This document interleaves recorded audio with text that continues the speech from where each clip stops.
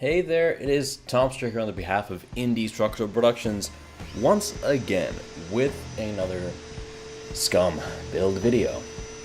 Now, moving onwards, it's time to do a little bit of a roundover on the edges. Once again, this is proving to be a little bit more difficult because of the whole fact that I have the whole neck to deal with. So, I do what I can. It's just more really trying to think of where the neck's going to be all the time. That helps out a whole lot. I'm not doing a massive roundover. It's just, a nice, rather small and clean looking. So I don't need to worry about taking off too much at a time. There you saw just a little bit ago how I was checking that the surface is a little bit uneven, so I just need to make sure that I am indeed pressing down on the right part so that I get the right roundover going all around the guitar. Pretty important. You don't want that to kind of be different as you go around. I'm only doing this on the back. The front is just going to have a tiny little sandpaper bevel, so to speak. So I don't need to do that. Moving onwards, time to kind of finalize the shape of the neck. That means quite a bit of sanding. I have the paper folded 3 times over, so that makes it into quite a sturdy tool. And I'm letting the sandpaper do most of the work and feeling around with my fingers to see if there's any bumps or discrepancies, so to speak. Just making sure that the shape is the same shape all the way through.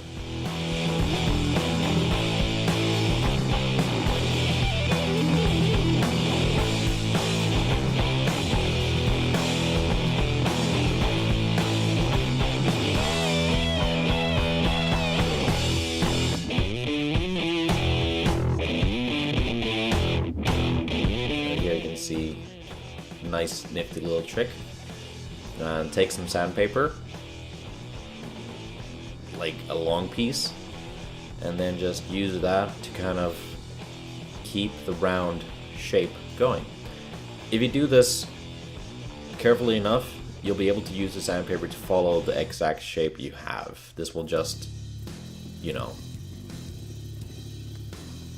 everything out. Make sure you get rid of all those nasty bumps and stuff and keep that shape going all the way through. This doesn't work with every single neck shape, of course. It does need to be somewhat of a rounder shape to actually make that work. So C's and D's you should be fairly okay, just as long as you're careful. Make sure that you don't change the shape too much. And of course I still go back by hand to finalize the shape. Now, because the neck is set quite a lot further in, it's joining the body at the 16th fret, where that would usually be the body joint if you were to make a 22 fret instrument. Seeing as this is 24 frets, you would need the body joint to be a little higher up, so on the 19th fret. But because I have it joined up at the 16th, I have to even more so make some access carves to reach those last few frets. Although that was never too much of an issue. The client said as well that they wouldn't really go that far up, but it's nice to have the option. So might as well make it easy to reach, or easier to reach. So I'm just using a very sharp chisel that I borrowed from, I'm thinking, Ben. Just to get everything nicely carved, because none of my chisels are all that sharp. After that's done, of course, a bunch of sanding to go to get it nice and, nice.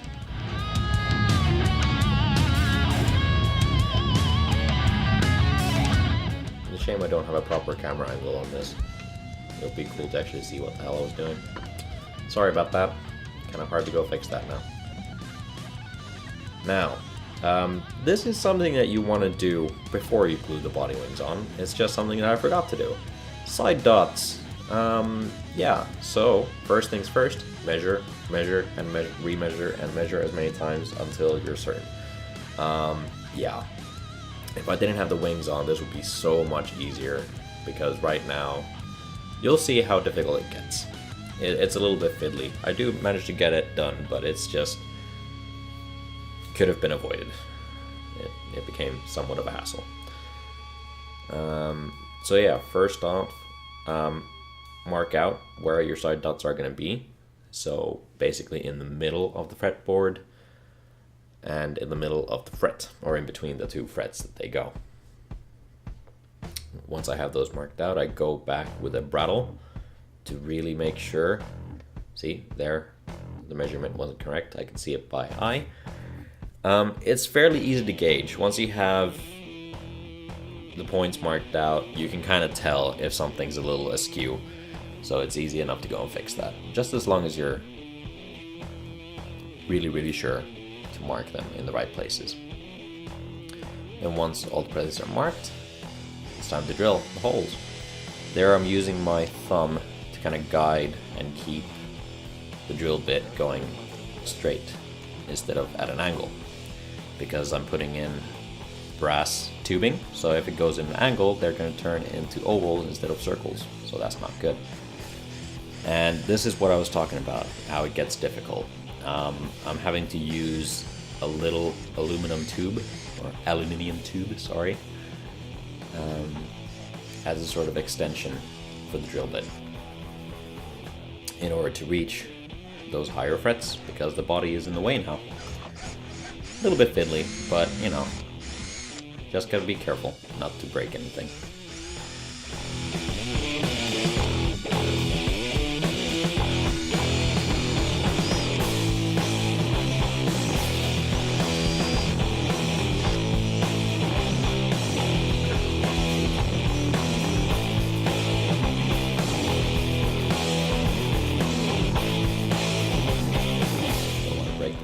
Here, that would be kind of bad. There we go. Came out nicely. Just a little bit of wiggling.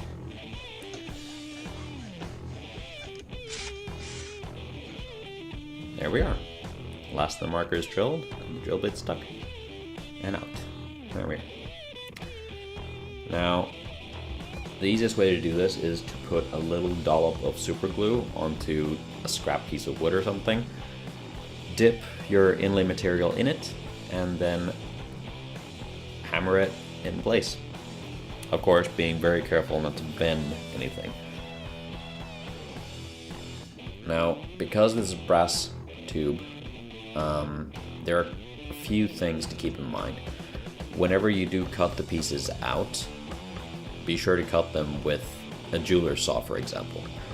Because if you nip them with like clippers or something, you will bend the tube and they will end up looking more like ovals.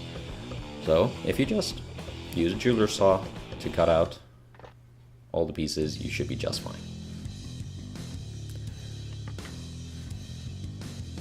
And then using some accelerator to, well, accelerate the process.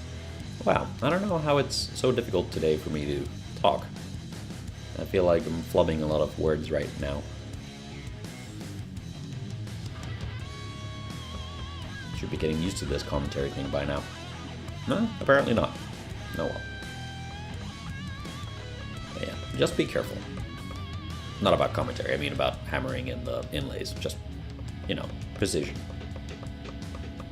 Take it slow, but not too slow, because otherwise the super glue is going to dry and then you're going to be, well, upset about the fact that your super glue dried and your frets aren't in, or the inlays aren't in. Man, tangents. Sorry. Now I'm just using a hacksaw to cut off all the ends. Once again, if I were to use clippers, I would kind of damage the tube, so that's not ideal. I don't know why I'm not using a jeweler's saw for this, and apparently I decided to go with fret end cutters which will cut the surface flat. Not ideal, but they get the job done. At least they're a nice, clean cutting pair of cutters, if that made any sense. With all the markers in place, it's of course time to file them down.